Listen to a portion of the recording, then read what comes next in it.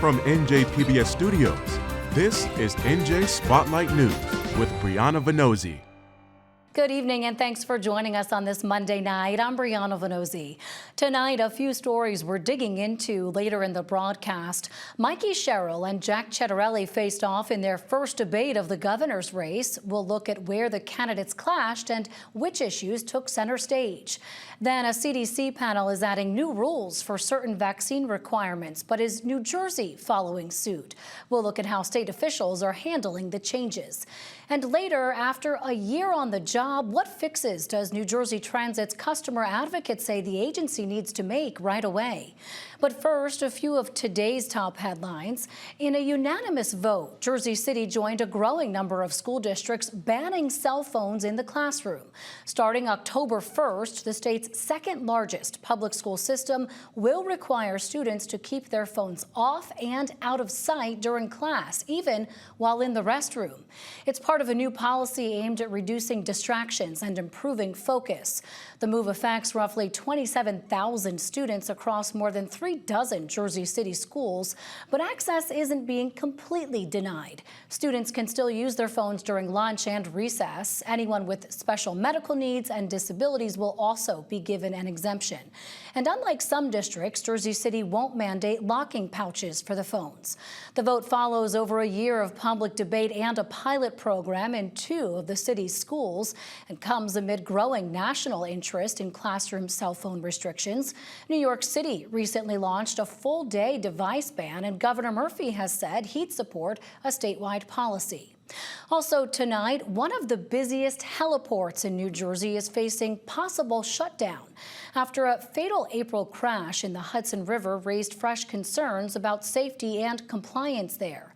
Officials say the Hilo, or HHI heliport in Kearney, is in violation of a 2014 zoning deal that banned tourist flights and restricted operating hours. It's the site where a chopper took off this past spring for a sightseeing tour before crashing into the Hudson River just off Jersey City's shoreline, killing all 6 people aboard, including a family of 5 and the pilot. Now, residents in Jersey City and Hoboken had long complained about early morning and late night noise from low-flying helicopters. Kearney officials say they've issued the heliport a zoning violation, and they're threatening to revoke the company's certificate of occupancy by September 26th unless it complies. Coming up, the gubernatorial candidates met for their first debate Sunday night. So did they talk top issues or just trade jabs? We'll give you a recap next. Major funding for NJ Spotlight News is provided in part by NJM Insurance Group, serving the insurance needs of residents and businesses for more than 100 years. Horizon Blue Cross Blue Shield of New Jersey, an independent licensee of the Blue Cross and Blue Shield Association, and by the PSCG Foundation. The governor's race took center stage Sunday night as Republican Jack Ciattarelli and Democrat Mikey Sherrill met for their first debate, sparring over a wide range of issues from taxes and energy costs to immigration and education.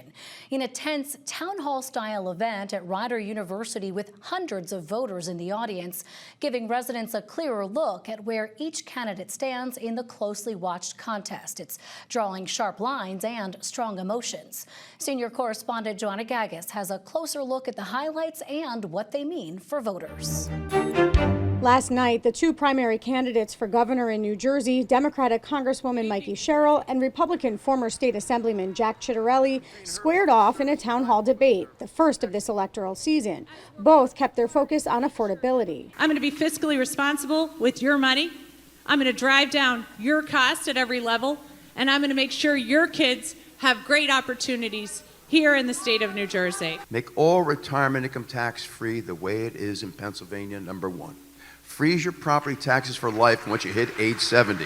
Allow seniors to deduct 100% of their property taxes on their New Jersey tax return. The debate got spirited quickly when the candidates were asked whether they'd commit to not raising the sales tax, an issue that's permeated the campaign trail lately. We are not raising the sales tax here in New Jersey. What we need to do is lower the income tax and the property tax here in New Jersey. Those are the most burdensome taxes we pay. It took us 238 years to get the $36 billion budget. In 8 years, we went from $36 billion to $59 billion. Can anybody tell me their life is better off than it was 8 years ago?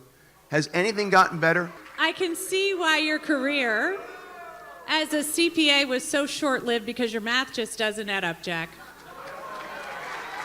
So that's why, as we look at a $5 billion hole that we're facing from the federal government, as we're working hard to make sure that we're paying into pensions, at least one of us, to make sure that people have the hard-earned dollars that they've earned over time, as we're working to make sure that we have the best public school system in the nation, I'm not going to commit to anything right now, because I'm not just going to tell you what you want to hear. Now, Jack raises sales tax all the time, and yet tonight he said this because, like we know, he'll tell you whatever you want to hear. So if any of you think I'm going to raise your sales tax to 10%, I got a bridge I want to sell you for about 50 cents. She knows it's a lie. They're trying to exploit you. They're trying to manipulate you. She knows she's in trouble in this campaign, so this campaign is going to lie to you over and over again. They shared plans for how they'll try to drive down rising energy costs, how to improve educational outcomes for students, and whether they'd support the vaccine schedule recommended by healthcare experts. Both said yes to the vaccines. When asked whether they'd continue the Immigrant Trust Directive that limits how New Jersey's state and local police assist federal officers in detention arrests. Executive order number 1 on day 1, we're getting rid of the Immigrant Trust Directive here in New Jersey.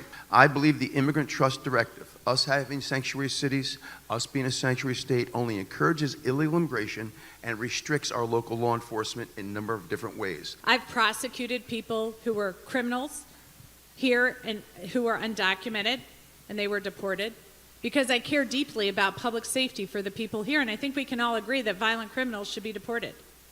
But what I also believe deeply in is due process, the due process rights that are in our Constitution. With this election, one of only 2 in the nation, considered to be a referendum on President Trump, the candidates took turns framing the administration's actions to their benefit. He's beating up on the New York Democrats over their congestion pricing plan, which I think is an egregious money grab. We shouldn't be paying for their subway system. He's also quadrupled the SALT deduction on our federal tax returns. The big, beautiful bill also doubled the child care tax credit for those with young children. It also doesn't tax tips, overtime, and Social Security. It provides a magnificent tax credit for those that send their kids to private school. I want you to think about those 4 things. They're good for all New Jerseyans. She voted no, my opponent did, on that bill. I'm sure he would like you to focus on those 4 things, because he doesn't want you to focus on this tariff plan, which is putting small businesses out of business and freezing hiring from our large businesses. He doesn't want you to focus on the employment numbers or the fact that the deficit has gone up by $70 billion in the year Trump's been in office. He doesn't want you to focus on the one big beautiful bill, which is going to raise families' utility costs by hundreds of dollars, which is going to imperil the health care of 1 in 3 children. The candidates will face off one more time in October, although Chitterelli said he's willing to add another debate. For NJ Spotlight News, I'm Joanna Gagis. More changes are coming to vaccine guidelines in the U.S. after a newly reformed CDC advisory panel spent the weekend shaking up existing policies. The members, who were appointed by Health Secretary Robert F. Kennedy Jr., got into heated debates clashing over science and how to rethink immunization practices on a range of diseases. Our senior correspondent Brenda Flanagan joins us now to break down the key changes and what it means for vaccine recommendations moving forward. Brenda. Hey, Brianna. So this newly appointed CDC committee, with some members that are openly suspicious of U.S. vaccine policy, spent 2 pretty chaotic days making changes and defending themselves against sharp critics, including each other, as they tried to redefine vaccination guidelines for the U.S.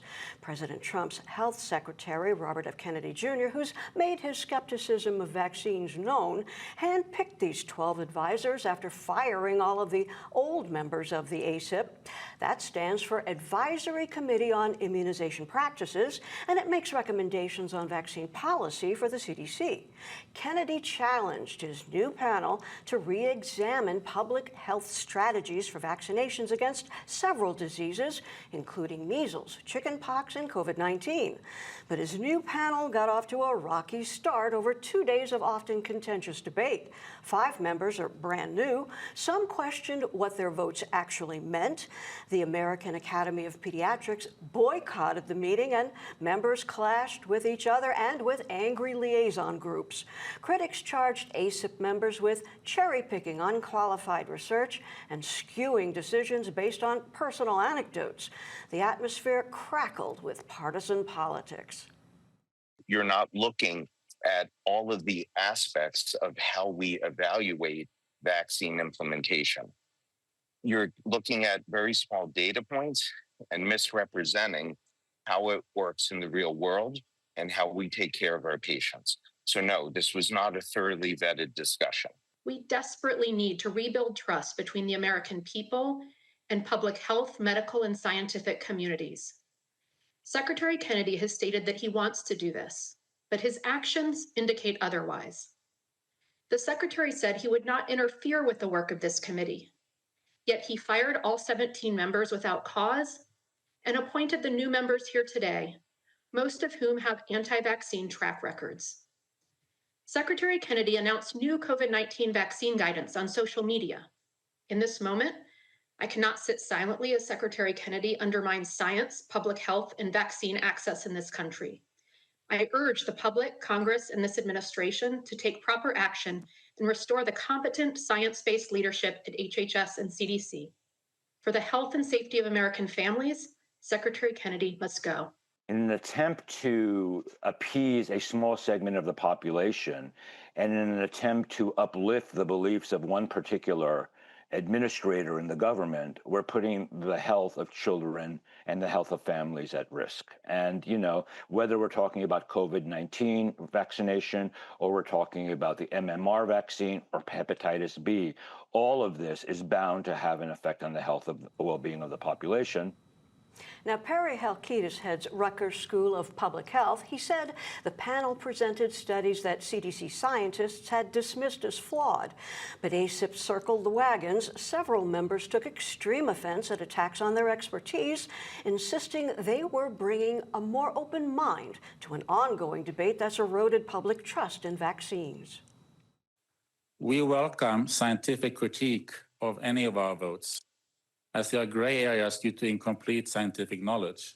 But false accusations that we and other respectable vaccine scientists are unscientific and dangerous anti-vaxxers, that just adds legitimacy to anti-vax positions, damaging both public health and the confidence in vaccines. Such false accusations are only logical if their purpose is political. The position that many in the United States encounter with this birth is that a medical professional acts in a unilateral fashion to perform a medical procedure and injection without substantial informed consent. And as we know, exacerbated by the events around COVID, there has been a significant decrease in public support for vaccination and a significant increase in concerns about public health and the ability of the population to rely on public health. So what did this panel change? Well, they advised limiting a particular quad combination shot for measles, mumps, rubella, and chickenpox to kids over 4 years of age. But that's already been suggested by the CDC. As for COVID, ACIP members voted to recommend folks 65 and over who get a COVID shot should talk it over first with a clinician. The panel also recommended everyone 6 months to 64 years of age should discuss risks versus benefits of the COVID shot with their medical professional. And they almost voted to require a prescription for COVID vaccinations. It was a 6-6 tie, but the chair voted no. Now in New Jersey, the Department of Health has already established prescriptions are not required for COVID shots. Most people just get them at a local pharmacy. So they actually voted down that requiring a prescription, which I thought was very important, because that will clearly, that would make access much worse. And one of the committee members made the point. He said, you know, I can't call up and get a an appointment with my physician for next week, it's an unreasonable ask, and it would mostly harm the people who are at highest risk. We put out our own state level recommendations, which, align with many other states in the collaborative, that if you're 6 months or older, you should consider getting an updated 2025, 2026 COVID shot. And we put in place in New Jersey an executive directive and a standing order to really help consumers get access to those vaccines. Now, acting New Jersey Health Commissioner Jeff Brown says New Jersey is working in collaboration with several Northeast states, plus New York City, to adopt their own vaccine policies, but they're keeping an eye on ACIP recommendations. Brianna? All right, Brenda, great reporting as always. Thank you. Thank you. Support for the medical report is provided by Horizon Blue Cross Blue Shield of New Jersey, an independent licensee of the Blue Cross Blue Shield Association. Well, October will mark 1 year since New Jersey Transit appointed its new customer advocate, a role created to give riders a stronger voice inside one of the country's largest transit systems, one that's no stranger to service issues. From canceled trains to crowded cars and app glitches, Franck Beaumain has spent the last 12 months listening to commuters and taking their concerns directly to the heads of the rail agencies. So, what's changed and what still needs fixing? New Jersey Transit customer advocate Franck Beaumain joins me now to talk about what he's learned and where things are headed. Franck, so good to sit down and talk with you. I'm sure it's been an eventful year. I think most people want to know, what have you heard the most from customers? Is there a single issue that you've heard repeatedly since taking this position? Well, first of all, thank you for having me here today. Yes, it's been a very interesting year.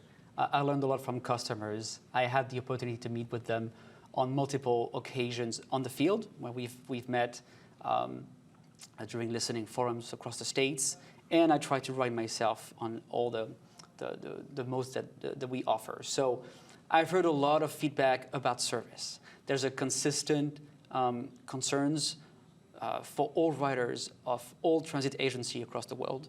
It's about getting more reliable service. So that's concern number one.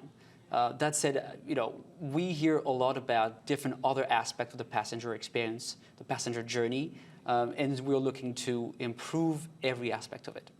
You mentioned that you ride the rails, I'm guessing the buses, you said all the modes that are offered. How regularly are you on them? And did priorities shift for you in terms of what you see the agency needing to tackle once you yourself became a rider, a customer? Right, so I'm a rider myself. Every day I take the train and the light rail to go to work and back home at night. I also ride the bus on a very regular basis, especially on weekends. And even outside of my regular commute, I make an effort to try and assess every experience across the state. On the River Line, then South Jersey, buses all through the three divisions, and of course train experiences, Atlantic City, New York, Trenton, etc. So I've seen different aspects of the passenger experience that we can improve. Like I mentioned, service is one of them, of course, but we hear a lot about passenger information, which is often a triggering complaint, meaning that when we can't meet passenger expectations in terms of reliability, when there's a delay or cancellation, then if we don't provide regular, good, consistent passenger information. Real-time updates. Correct. Yeah. Well, customers are more likely to reach out to us to express. So what have you recommended to the leadership at New Jersey Transit to fix that? And what is realistic for them to do given the constraints, the financial constraints and the budgetary constraints that they have to work with? You're correct. I think that given the constraint, the financial constraints, we have to be inventive. But passenger information, improving passenger information was one of my first goals when I joined New Jersey Transit. It's still one of them because there's still a lot of work to do. But I think we made a lot of efforts this year to improve that quality of information. First, to me, good information is accurate and simple to understand. It is provided in a timely manner throughout all the channels available at one time. And it is transparent. It displays one version of the truth to avoid confusion first, but also to show transparency. And so we're trying to share this mindset across all operational teams to make sure that they follow that type of instructions. What we've done this year is try to improve the channels that customers have access on a daily basis. It includes enhancing the real-time data information. Like nowadays, if you go on the Riverline, for example, you'll find new digital signs that provide you real-time departure. On the app, same thing. So that's something that you're trying to bring for some of these modes that are more frequently used, like the buses, like the trains. That is correct. I think the operational team, because I won't give credit to them, they're the one implementing those improvements, are working hard on implementing the real-time data information. On HBLR, the Hudson Bergen Light Rail, they're doing it as we speak, implementing new digital screens with real-time information.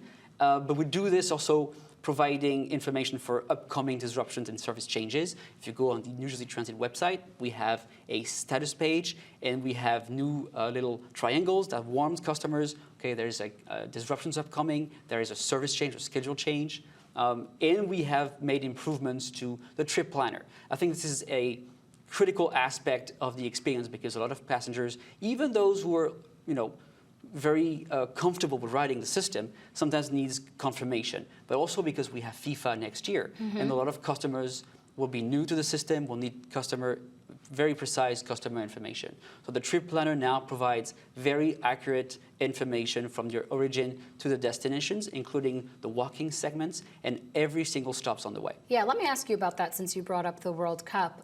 New Jersey, of course, is hosting the finals at MetLife Stadium in the Meadowlands. There have been improvements. There was an analysis recently that showed this summer had about 1,800 less cancellations than the summer prior, but was still among one of the worst under this current administration we have over these last 7-8 years. And delays are still happening at about 1 in every 18 riders. Is the agency, by your estimation, ready for prime time when it comes to the World Cup and passengers who are not frequent riders on these rail systems, who maybe know the nuances? Is it ready? So thank you for the question. It's a very interesting question. I was part of the customer advocate employees, customer care employees who were on the field for the events in July. So I can tell you there was a lot of efforts put into passenger assistance, customer information, but also service reliability. I think, the exec team didn't wait for me to make decisions to improve service reliability. Last Friday during the board meeting, they authorized the purchase of an additional 260 buses, as well as 26 low-emission buses, to complete this fleet renewal. And we're talking about 1,400 new vehicles authorized for purchase since 2018. It's huge. And on the rail side, it's the same thing. They authorized for purchase 374 new multi-level coaches, which will significantly improve the on-time performance. And the first new rail cars will come next year, mid-next year. So I think we'll be in much better shape. In addition to all the efforts that are put into, like I said, customer information, customer assistance, with people, with employees who have, speak multiple languages, and of course, enhancements for fare ticket purchases. Very quickly, for customers who want to get in touch with you, how can they find you? Where can they find you? Yeah, so thank you for asking. I encourage your viewers to reach out to me. There's different ways to do so. First of all, obviously, if they recognize me on the train, on the bus, on light rail, they can come up to me and talk. I'm always happy to chat. I'm also available on social media. I have an X, former Twitter account, at njtransit_CA for customer advocate. But I also have a dedicated online form on the NJ Transit website. It's available on the homepage, or passengers can just type njtransit.com/customer advocate. Frank, thank you so much for coming in. We appreciate it. Thank you for having me. And finally tonight, this is the sound of history being made at Yogi Berra Stadium at Montclair State University. 3, 2, 1, go! Where more than 2,300 fans turned out, gloves in hand, to set a new Guinness World Record for the largest ever game of catch, all in tribute to the late great Baseball Hall of Famer. Under sunny skies, nearly 1,200 pairs of players spread across the field, tossing baseballs back and forth for 5 minutes, honoring what would have been Yogi's 100th birthday. Officials from Guinness even showed up to make the whole thing official. Now, Berra, who won 10 10 world championships with the Yankees, was a longtime Montclair resident and earned an honorary degree at the university. As he famously said, it ain't over till it's over, and this world record is most certainly over. That's going to do it for us tonight, but a reminder, you can download our podcast wherever you listen and watch us anytime by subscribing to the NJ Spotlight News YouTube channel. Plus, you can always follow us on Instagram and Blue Sky to stay up to date on all the state's big headlines. And with Election Day just around the corner, be sure to check out our voter guide to get up to speed on the candidates and races on the ballot this year. Head to the NJ Decides 2025 tab on our homepage. I'm Brianna Vannozzi. For the entire team at NJ Spotlight News, thanks for being with us. We'll see you right back here tomorrow. New Jersey Education Association, making public schools great for every child. RWJ Barnabas Health, let's be healthy together. And Orston, committed to delivering clean, reliable, American-made energy. NJM Insurance Group has been part of New Jersey for over a century. We support our communities through NJM's corporate giving program, supporting arts and culture-related and nonprofit organizations that serve to improve the lives of children, rebuild communities, and help to create a new generation of safe drivers. We're proud to be part of New Jersey. NJM, we've got New Jersey covered.